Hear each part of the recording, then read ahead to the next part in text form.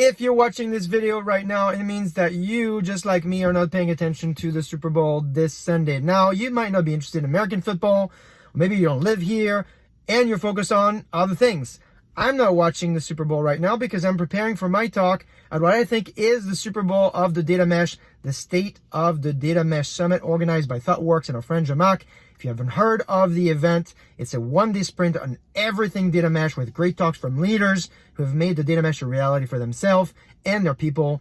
Omar from Roche, Suresh from Intuit will bring some great practical advice to the event. I'm closing out with a session on how to make the data mesh real right before Jamak closes the event, so I'm pretty pumped up about it. The event is on February 23rd, so that's not this week, but it's next week.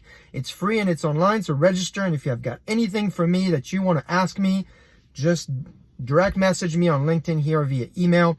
Now, speaking of the data mesh, lots of really interesting references for you to check out in my weekly blog recap. For instance, the story of Delivery Hero, how they build the data mesh to lay the groundwork for machine learning initiatives.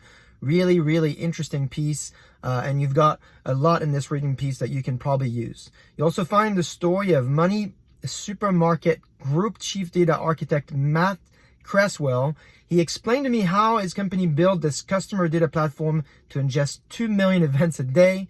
He also simplified his process from 11 steps to 3 when he migrated clouds. It's a really interesting story, very practical.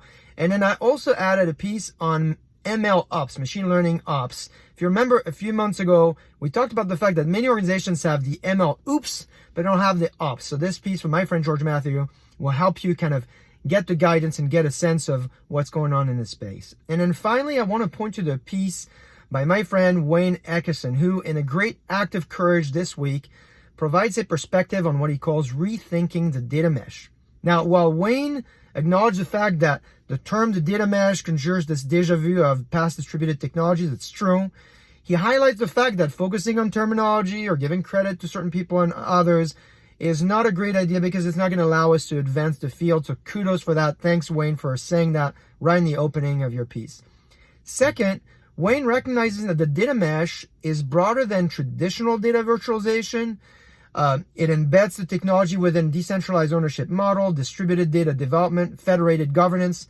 Yes, that is awesome. As we highlighted last week in a piece from Thinghao that highlights the 10 reasons for why you're not ready for the data mesh.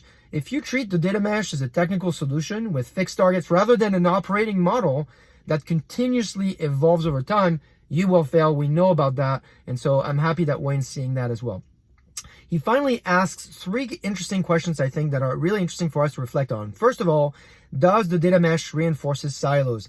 I don't think it does. I think with modern technology in 2022, separation computing storage, serverless, distributed governance, distributed financial ops, you really now have the ability to make this data mesh idea really come together. He also asked about the complexity of federation and gives you 2 models to think about. I think that's a really well thought out piece.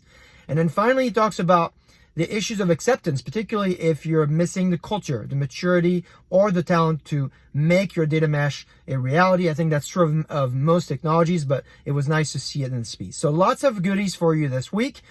If you're interested in talking live about any of these topics, I will be on the Ravid Show next Friday at 7:45 a.m. Pacific time. So I know that's early, but you can ping me and ask me any questions between now and then. You can look out for the update on my feed on how to attend this LinkedIn Live. I will see you next week.